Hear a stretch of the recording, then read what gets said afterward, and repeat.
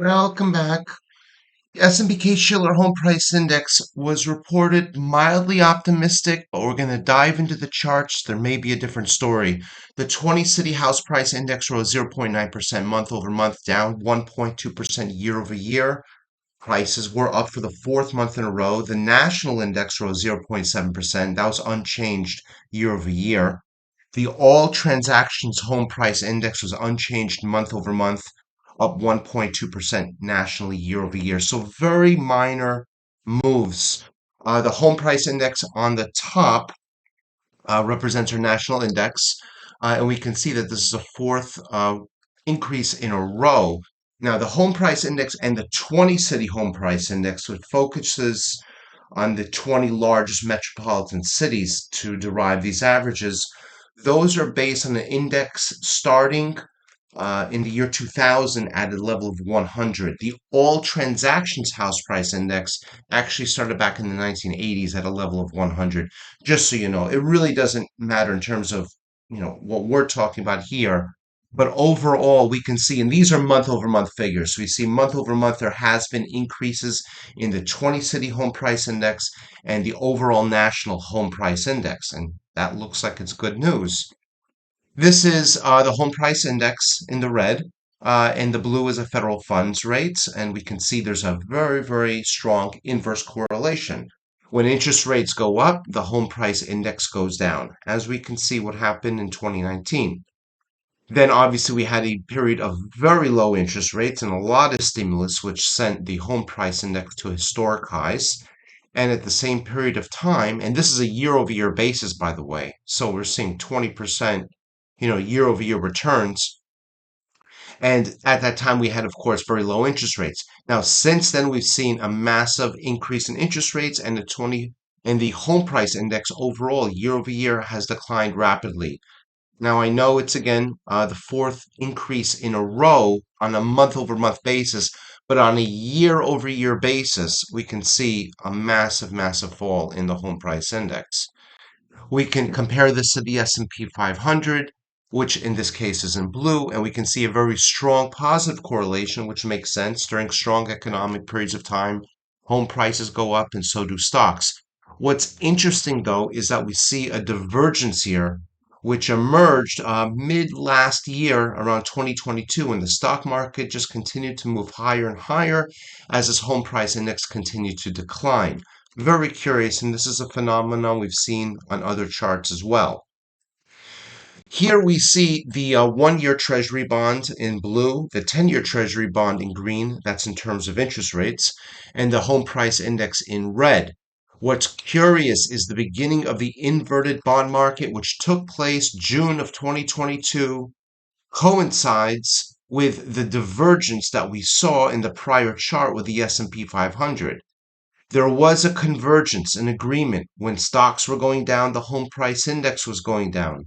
But around June of 22, all of a sudden the stock market started to go up and home prices continued to go down. And we've seen this real divergence, this disagreement on many, many different charts. And it seems that for some reason or another, as a result or coincidentally or not, but coinciding with the beginning of the inverted bond market, the stock market seems to have ignored the inverted bond market. The inverted bond market, again, is when the short-term interest rate or short-term maturity bond, the blue line, the 1 year Treasury, crosses above the green line, the 10-year Treasury, which is not a usual situation. But it has occurred now, and it's basically telling us that the bond market believes the probability is we're going to see higher interest rates in the near term future, but the long term future, the 10-year bond, forecasts a weaker economic condition.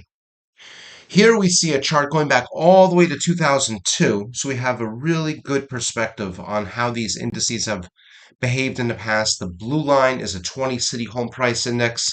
The red line is the overall national home price index, and the green is the all transactions home price index.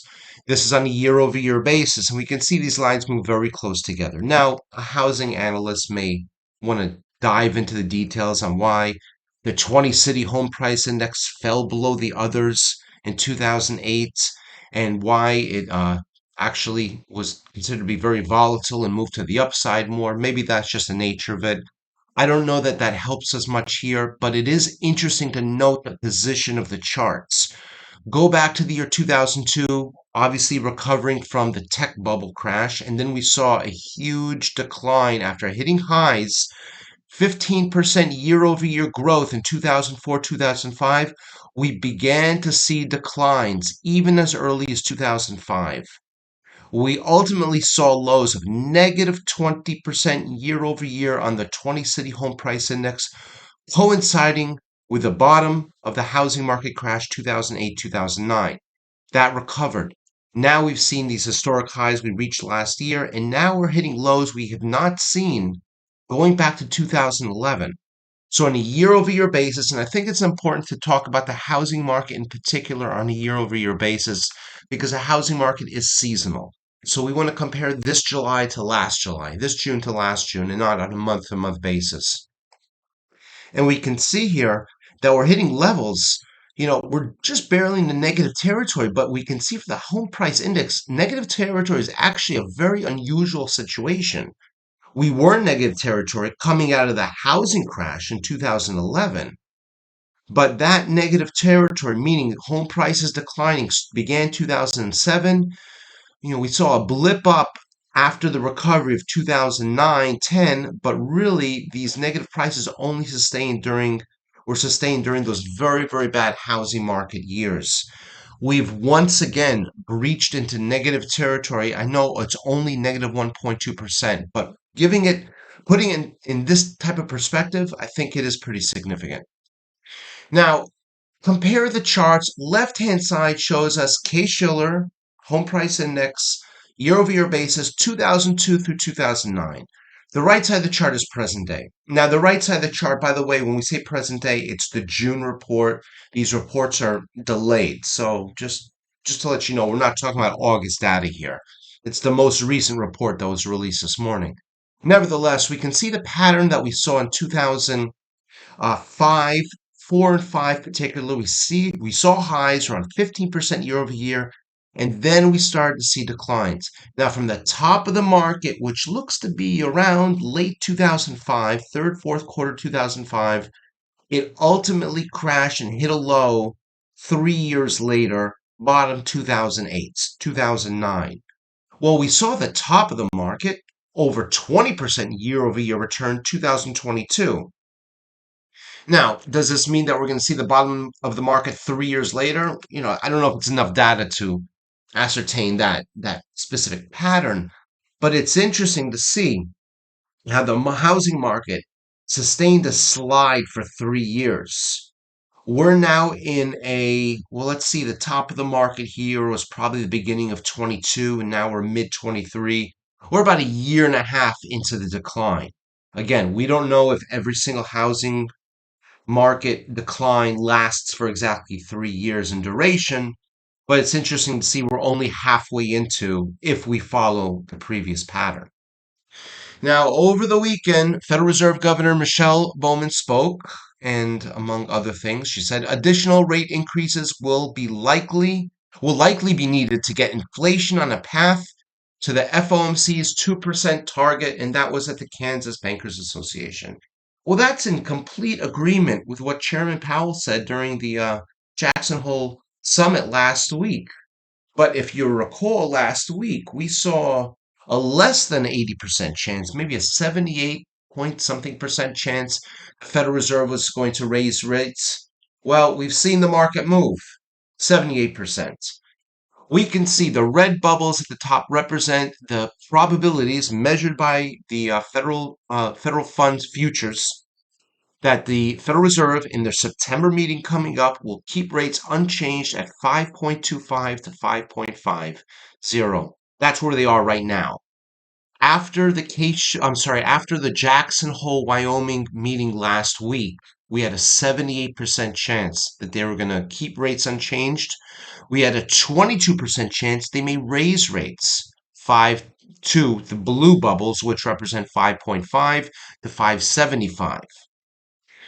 I don't know if the Fed funds futures shifted back towards a little bit more towards a stance of keeping rates unchanged, which is what happened because as a result of, that Federal Reserve speaker, or is it because of the Case-Shiller Home Price Index, or maybe there's some other factor? At the end of the day, the market is, a mixture of a lot of different forces. So we don't know for sure, but it is important to note that we were inching ever so closer to the idea that we could see an interest rate hike in September. We just had an interest rate hike.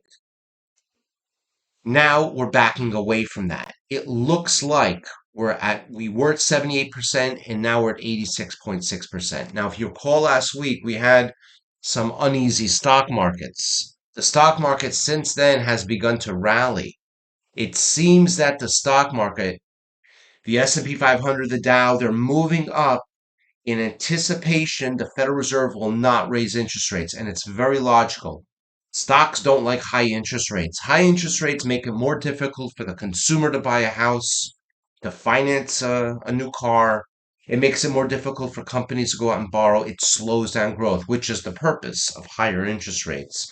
But now, as the federal funds have shifted their focus more towards the idea that the Federal Reserve will not raise rates in September, it looks like the stock market likes that, at least on the surface, from what we can gather. We do have a very, very big economic calendar this week, so we certainly could see some action on the federal funds futures, stocks, bonds, and everything else included as well. So we'll be sure to update you along the way with any significant changes. We hope this has been helpful. We look forward to seeing you back soon.